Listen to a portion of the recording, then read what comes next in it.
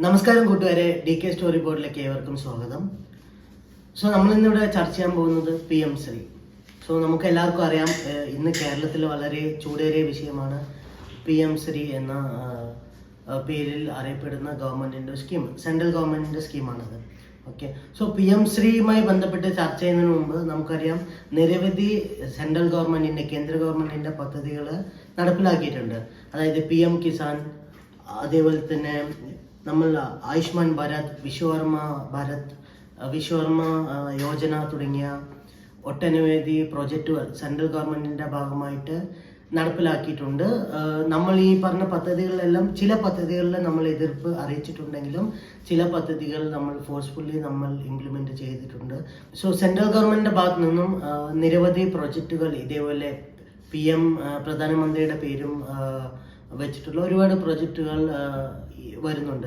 നമ്മൾ ചില പ്രോജക്റ്റുകൾ നമ്മൾ എതിർത്താലും ചില പ്രോജക്റ്റുകൾ ഗവൺമെന്റിന്റെ നിർബന്ധം മൂലം ഇല്ലാന്നുണ്ടെങ്കിൽ അവരുടെ ഉത്തരവ് മൂലം നമ്മൾ നടപ്പിലാക്കിയിട്ടുണ്ട്. ഇപ്പോൾ ലൈഫ് മിഷൻ പോലുള്ള പദ്ധതികളിൽ സെൻട്രൽ ഗവൺമെന്റിന്റെ നിർദ്ദേശം ഉണ്ടായിരുന്നു, നമ്മൾ ലൈഫ് മിഷനിലൂടെ നിർമ്മിച്ചുകൊണ്ടിരിക്കുന്ന വീടുകളിൽ നമ്മുടെ പ്രധാനമന്ത്രിയുടെ ഫോട്ടോ പതിക്കണം എന്നുള്ളത്. അത് നമ്മൾ നഖശിഖാന്തം എതിർത്തിട്ടുണ്ട്. നമ്മളത് ആവില്ല എന്നുള്ള നമ്മുടെ ഗവൺമെന്റ് ശക്തമായ നിലപാടെടുത്തിട്ടുണ്ട്. കാരണം നമ്മൾ ഒരാൾക്ക് വീട് വെച്ച് കൊടുക്കുന്നത് അത് അവരുടെ അവകാശമാണ്. അതിൽ ഗവൺമെന്റിന്റെയോ അല്ലെങ്കിൽ ഒരു സംഘടനയുടെയോ പേരോ അല്ലെങ്കിൽ അവരുടെ ബോർഡ്, അവരുടെ എന്തെങ്കിലും അഡ്വർടൈസ്മെന്റ് ഒന്നും ഉണ്ടാവില്ല എന്നുള്ളത്. അത് പാവപ്പെട്ട ജനങ്ങൾക്ക് വേണ്ടിയിട്ടുള്ള അവകാശം എന്ന രീതിയിൽ നമ്മൾ ആ ഇൻസ്ട്രക്ഷൻസ് എല്ലാം നമ്മൾ അവോയ്ഡ് ചെയ്തിട്ടുണ്ട്. അതേപോലെ തന്നെയാണ് നമ്മൾ PM ശ്രീയിലേക്ക് വരുമ്പോൾ, ഇന്ന് PM ശ്രീ പദ്ധതി സൈൻ ചെയ്തിട്ടുണ്ട് ഗവൺമെന്റ്. ഓക്കെ, അതുമായി ബന്ധപ്പെട്ട് ഒരുപാട് വിഷയങ്ങൾ ഇപ്പോൾ നമുക്കറിയാം. LDFിലെ മുഖ്യ കക്ഷിയായ CPI അതിനെ നഖശിഖാന്തം എതിർത്തിട്ടുണ്ട്. ഒരുപാട് എതിർ സ്വരങ്ങൾ വരുന്നുണ്ട്. അതോടൊപ്പം തന്നെ അനുകൂലിച്ചും വരുന്നുണ്ട്. സംഘപരിവാർ സംഘടനകൾ PM ശ്രീനെ അനുകൂലിക്കുന്നുണ്ട്. ഇടതുചേരികൾ PM ശ്രീനെ എതിർക്കുന്നുമുണ്ട്. കോൺഗ്രസും അതിശക്തമായിട്ടുള്ള എതിർപ്പുമായി രംഗത്ത് വന്നിട്ടുണ്ട്.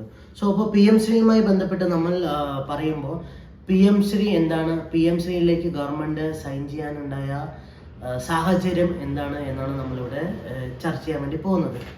നമുക്കറിയാം, GSTയുമായി ബന്ധപ്പെട്ട് തന്നെ ഏകദേശം ഒരു 30,000 കോടി രൂപയോളം നമുക്ക് നഷ്ടം എന്ന് പറഞ്ഞു കഴിഞ്ഞാൽ നമ്മുടെ ഫണ്ട് നമുക്ക് റിലീസ് ചെയ്ത് കിട്ടിയിട്ടില്ല. GST നമ്മൾ അടയ്ക്കുന്ന ഫണ്ടാണ്. അതുമൂലം തന്നെ നമുക്ക് നമ്മുടെ കേരളത്തിന്റെ സാമ്പത്തിക മേഖല എന്ന് പറയുന്നത് വളരെ പരിതാപകരമായ അവസ്ഥയാണ്. നമ്മൾ സാമ്പത്തികമായി നമ്മളെ ഞെരുക്കുന്നതാണ് സെൻട്രൽ ഗവൺമെന്റിന്റെ ഇപ്പോൾ പുതിയുള്ള ഒരു പദ്ധതി എന്ന് പറയുന്നത്.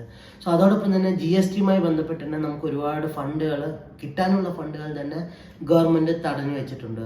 അതോടൊപ്പം തന്നെയാണ് ഈ PM ശ്രീ എന്നുള്ള പദ്ധതി നമ്മൾ നോക്കിക്കാണേണ്ടത്. കാരണം എന്താണെന്ന് വെച്ച് കഴിഞ്ഞാൽ, PM ശ്രീ പദ്ധതി എന്നുള്ളത് NEP, ന്യൂ എഡ്യൂക്കേഷൻ പോളിസി, NEPയുമായി ബന്ധപ്പെട്ടിട്ടുള്ള ഇൻസ്ട്രക്ഷൻസ് നമ്മൾക്ക് അത് അക്സെപ്റ്റബിളോ അല്ല.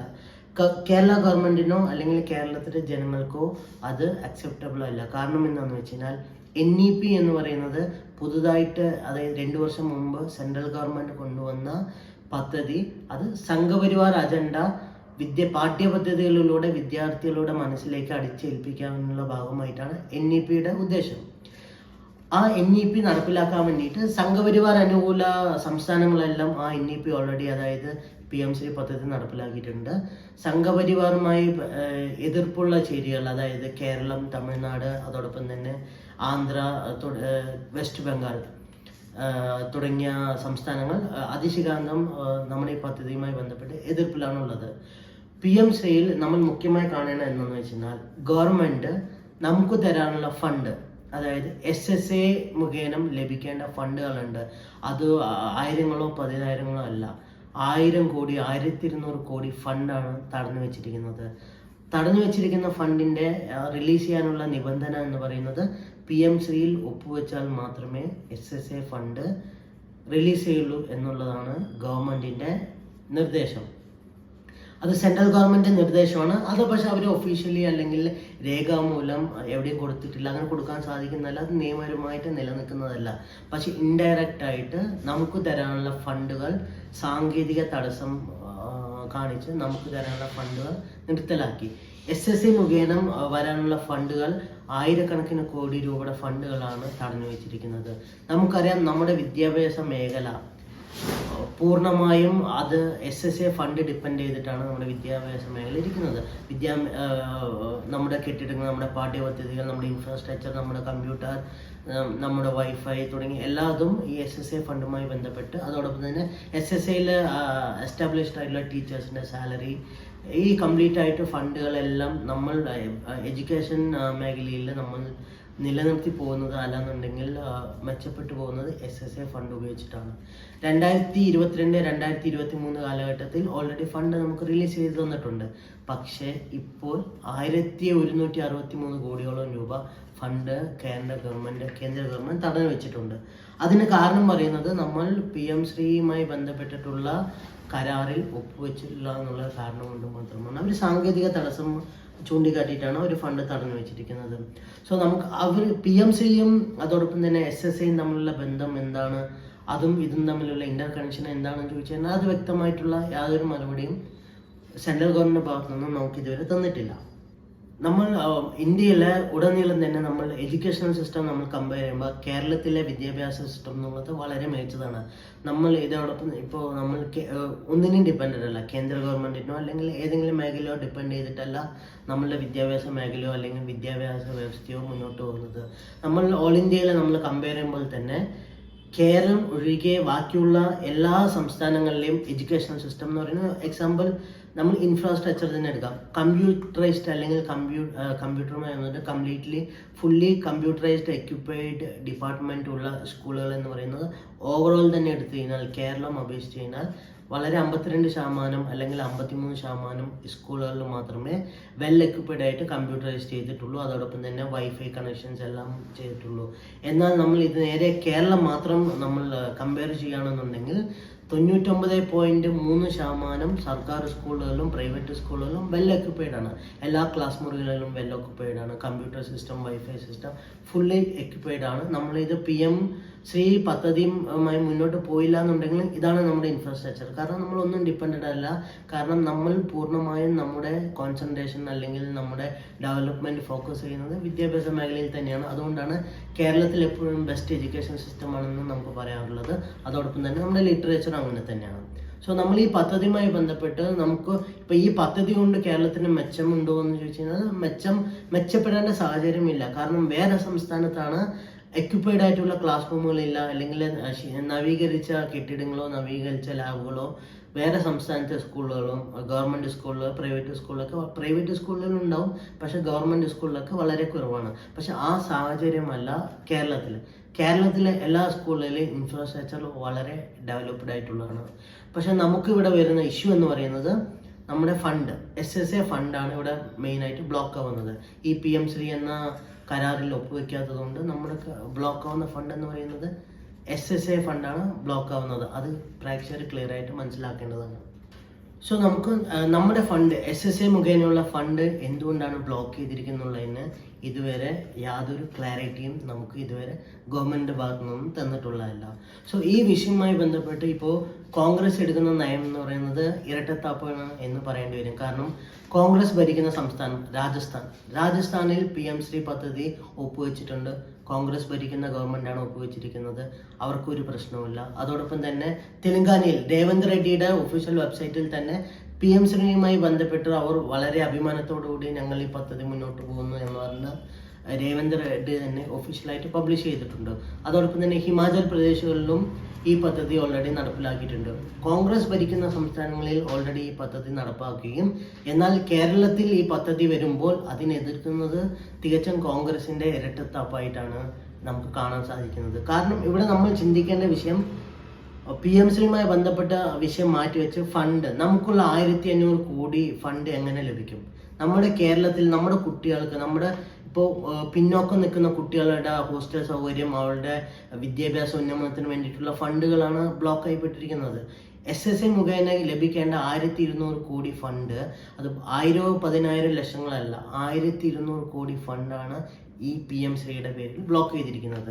ഈ ഫണ്ട് ബ്ലോക്ക് ചെയ്തു എന്ന് പറഞ്ഞിട്ട് കോൺഗ്രസിന്റെ ഭാഗത്തു നിന്നും കേരളത്തിലോ അല്ലെങ്കിൽ പാർലമെന്റിൽ 19 MP-മാരുണ്ട്, പാർലമെന്റിലോ ഇവരൊരു ശബ്ദം ഉയർത്തിയതായിട്ടോ അല്ലെങ്കിൽ ഒരു സമരം നടത്തിയതായിട്ടോ ഒരു ചോദ്യം നമ്പറിട്ട് ഒരു ചോദ്യം സഭകളിൽ ഉന്നയിച്ചതായിട്ടോ യാതൊരുവിധ രേഖയുമില്ല. ഇതുവരെ അങ്ങനെ ഒരു സംഭവം തന്നെ നടത്തിയിട്ടില്ല. പൊതുവിഷയത്തിൽ പൊതുവഴിയിൽ പൊതുജനങ്ങളോട് ഈ വിഷയവുമായി ബന്ധപ്പെട്ടിട്ട് ഒരു സമരമോ അല്ലെങ്കിൽ ഒരു ചർച്ചയോ ഒരു റിക്വസ്റ്റോ ഒന്നും നടത്താത്ത കോൺഗ്രസ് ഇന്ന് PM ശ്രീയിൽ ഒപ്പുവെച്ചു എന്ന് പറഞ്ഞിട്ട് ഉടനീളം പ്രതിഷേധങ്ങൾ നടത്തുന്നത് തികച്ചും പ്രതിഷേധാർഹമാണ്. കാരണം എന്താണെന്ന് വെച്ചാൽ കോൺഗ്രസ് ഭരിക്കുന്ന സംസ്ഥാനത്ത് തന്നെ ഈ പദ്ധതി നടപ്പിലാക്കിയിട്ടുണ്ട്.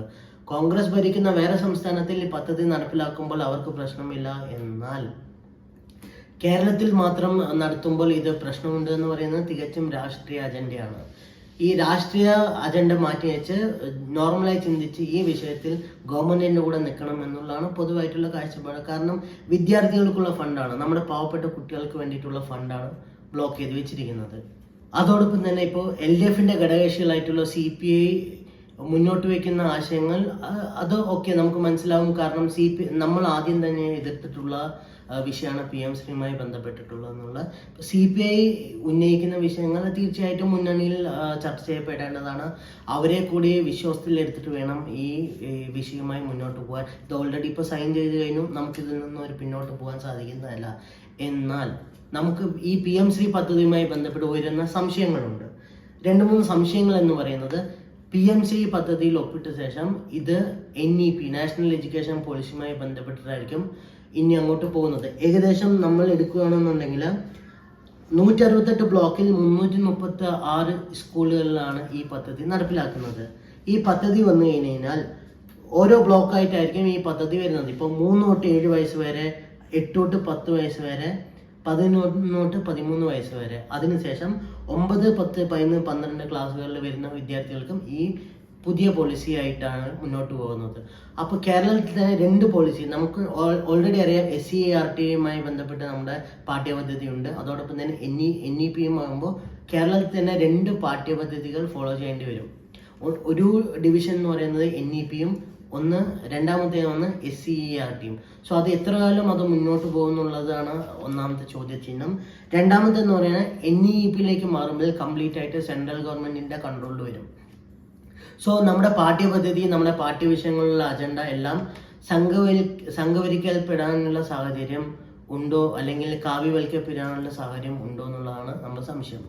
സോ ഹിഡൻ അജണ്ടയായിട്ട് കാവ്യവൽക്കരണം നമ്മുടെ പാഠ്യപദ്ധതിയിലൂടെ ഈ സെൻട്രൽ ഗവൺമെന്റ് കേരളത്തിലേക്ക് കടത്താൻ ശ്രമിക്കുന്നുണ്ടോ, അല്ലെങ്കിൽ അതിനെ നമ്മൾ അനുകൂലിക്കുന്നുണ്ടോ, അതിനെങ്ങനെ പ്രതിരോധിക്കുന്നുള്ളത് ക്ലിയർ ആയിട്ട് കേരളത്തിലെ ജനങ്ങളോട് ഗവൺമെന്റ് LDF ഗവൺമെന്റ് വിശദീകരിക്കേണ്ടതാണ്. അല്ലെങ്കിൽ സ്വന്തം മുന്നണിയിലുള്ള ആൾക്കാരെങ്കിലും ബോധ്യപ്പെടുത്തേണ്ടതാണ്. കാരണം സെൻട്രലിനാണ് കൂടുതൽ അധികാരമുള്ളത് ഈ പാഠ്യപദ്ധതി ചേഞ്ച് ചെയ്യാനായിട്ടുള്ളത്. അതോടൊപ്പം തന്നെ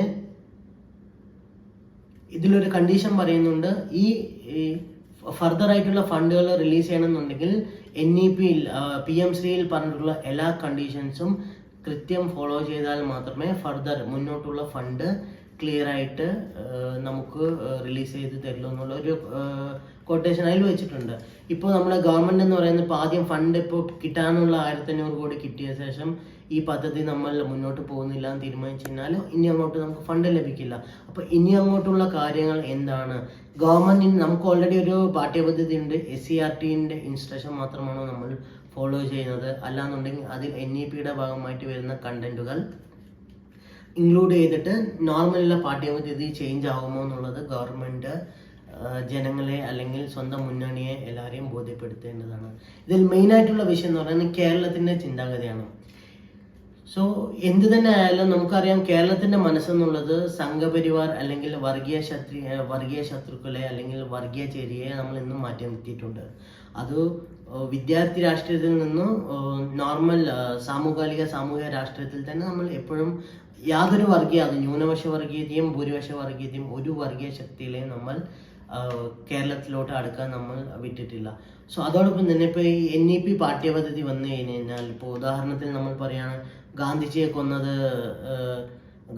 കൊന്നത് RSSകാരനായിട്ടുള്ള മത തീവ്രത ആണെന്നുള്ളതാണ് നമ്മൾ ഇത്രയും നാളും പഠിച്ചു വെച്ചിരിക്കുന്നത്. ഇപ്പൊ NEP വന്ന ശേഷം ഗാന്ധിജി അങ്ങനെയെല്ലാം മരിച്ചത്, ഗാന്ധിജി ആത്മഹത്യയാണ് ചെയ്തതെന്ന് ആരും പറയാൻ പോകുന്നില്ല. ഒരു അധ്യാപകരും അങ്ങനെ മാറ്റി പഠിപ്പിക്കാൻ പോകുന്നതല്ല. വർഗീയ ശക്തി എന്താണെന്നുള്ളത്, വർഗീയ ശക്തി അവരെ തീർത്തും വ്യത്യസ്തമായി മാറ്റി നിർത്തി അതെന്താണെന്നുള്ളത് മനസ്സിലാക്കി പഠിപ്പിക്കാനുള്ള എല്ലാ മൂല്യബോധ്യവും ഉള്ള അധ്യാപകരാണ് നമുക്കുള്ളത്. അതോടൊപ്പം തന്നെ നമ്മുടെ നാട്ടിലുള്ള സംഘടനകളും നമ്മുടെ നാട്ടിലുള്ള രാഷ്ട്രീയ പാർട്ടികളും എല്ലാം അതിനൊത്ത് പ്രവർത്തിക്കുന്നതാണ്. നമുക്കത് ക്ലിയർ ആയിട്ടൊന്നും പ്രെഡിക്റ്റ് ചെയ്യാൻ സാധിക്കില്ല. ഈ പാഠ്യപദ്ധതിയിലൂടെ വേറെ സംസ്ഥാനത്ത് നടത്തുന്ന സംഘപരിവാർ ഹിഡൻ അജണ്ട കേരളത്തിൽ നടപ്പിലാവുന്നുള്ളത് നമുക്ക് തോന്നുന്നില്ല. കാരണം കേരളത്തിലെ ജനങ്ങൾ എന്നും മതേതര മൂല്യം ഉയർത്തിപ്പിടിക്കുന്നതാണ്. അതുകൊണ്ട് തന്നെ സംഘപരിവാറിന്റെ എന്ത് അജണ്ടയും കേരളത്തിൽ, ഹിഡൻ അജണ്ടയും കേരളത്തിൽ നടപ്പിലാകില്ല. കേരളത്തിനൊരു മതേതര ബോധ്യമുണ്ട്, കേരളത്തിനൊരു മതേതര സ്വരമുണ്ട്. അത് എന്നും ഉയർത്തിപ്പിടിക്കുക തന്നെ ചെയ്യും. അത് വിദ്യാർത്ഥി രാഷ്ട്രീയത്തിലൂടെ നമുക്കറിയാം. എല്ലാ ക്യാമ്പസുകളിലും വിദ്യാർത്ഥി രാഷ്ട്രീയമുണ്ട്. SFI ഉണ്ട്, KSU ഉണ്ട്, ASF ഉണ്ട്, MSF ഉണ്ട്. അവരെല്ലാം മതനിരപേക്ഷത ഉയർത്തിപ്പിടിക്കുന്ന സംഘടനകളാണ്. സോ നമുക്ക് തോന്നുന്നില്ല ഈ BJPയുടെ അല്ലെങ്കിൽ സംഘപരിവാറിന്റെ ഹിഡൻ അജണ്ട ഈ പാഠ്യപദ്ധതിയിലൂടെ വിദ്യാർത്ഥികളിലേക്ക് അടിച്ചിറക്കാൻ പറ്റുന്നുള്ളത് എനിക്ക് തോന്നുന്നില്ല. അതൊട്ടും നടക്കാൻ പോകുന്നതല്ല. കാരണം കേരളത്തിൻ്റെ മനസ്സ് അങ്ങനെയാണ്. കേരളത്തിൻ്റെ മനസ്സെന്ന് പറയുന്നത് എന്നും മതനിരപേക്ഷതയ്ക്കൊപ്പമാണ്. ഒരു വർഗീയ ശക്തികൾക്കുള്ള ഇടവും കേരളത്തിലെ ജനങ്ങൾ നൽകില്ല എന്നുള്ളതാണ് നമ്മുടെ എല്ലാവരുടെയും പ്രതീക്ഷ. അത് തന്നെയേ നടക്കുള്ളൂ. സോ ഫൈനലായിട്ട് പറയാനുള്ളതെന്ന് പറഞ്ഞാൽ PM ശ്രീയുമായി ബന്ധപ്പെട്ട് കേരള ഗവൺമെൻറ് ആ പദ്ധതിയിൽ ഒപ്പിട്ടത് തന്നെ അവരുടെ നിവൃത്തികേട് കൊണ്ടാണ്. കാരണം എന്ന് വെച്ചാൽ ഓൾറെഡി സാമ്പത്തികമായി ഞെരുക്കത്തിലാണ് നമുക്കുള്ളത്. ഓൾറെഡി നമുക്ക് കിട്ടാനുള്ള ഫണ്ടുകൾ തരുന്നില്ല, GST ഫണ്ടുകൾ തരുന്നില്ല, ദുരിതബാധിത ഫണ്ടുകൾ നമുക്ക് തരുന്നില്ല. അതിൻ്റെ ഇടയിൽ 1500 കോടി കൂടി നഷ്ടപ്പെടുത്തുക എന്നുള്ളത് കേരളത്തിന് ചിന്തിക്കാനേ സാധിക്കില്ല. ചിന്തിക്കുന്നതിന് അപ്പുറമാണ്. കാരണം ഇത്രയും ഫണ്ട് എഡ്യൂക്കേഷൻ ഡിപ്പാർട്ട്മെന്റിന് വേണ്ടി വേറെ എവിടുന്ന് റേസ് ചെയ്യാനോ അല്ലെങ്കിൽ വകമാറ്റാനോ നമുക്ക് സാധിക്കുന്നതല്ല. നമുക്ക് കിട്ടാനുള്ള ഫണ്ടാണ്, നമുക്ക് കിട്ടാനുള്ള അവകാശമാണ്. അത് നേടിയെടുക്കുക എന്നുള്ളതാണ് ഇപ്പോൾ നമ്മൾ പ്രൈമായിട്ട് ഇമ്പോർട്ടൻസ് കൊടുക്കേണ്ടത്. അതോടൊപ്പം തന്നെ കേരളത്തിൻ്റെ മൂല്യമുണ്ട്, കേരളത്തിനൊരു മതേതര ചേരിയുണ്ട്, കേരളത്തിനൊരു മതേതര മുഖമുണ്ട്. സംഘശക്തികളെ, വർഗീയ ശക്തികളെ, വർഗീയവാദികളെ അകറ്റി നിർത്തുന്ന ഒരു ചിന്താശേഷി നമ്മുടെ കേരളത്തിലെ ജനങ്ങൾക്കുണ്ട്, കേരളത്തിലെ വിദ്യാർത്ഥികൾക്കുണ്ട്, കേരളത്തിലെ യുവജന പ്രസ്ഥാനങ്ങൾക്കുണ്ട്. അവർ അത് തീർച്ചയായും അവരത് ചെയ്യുമെന്ന് തന്നെ നമുക്ക് അടിയുറച്ച് വിശ്വസിക്കുന്നു. നന്ദി.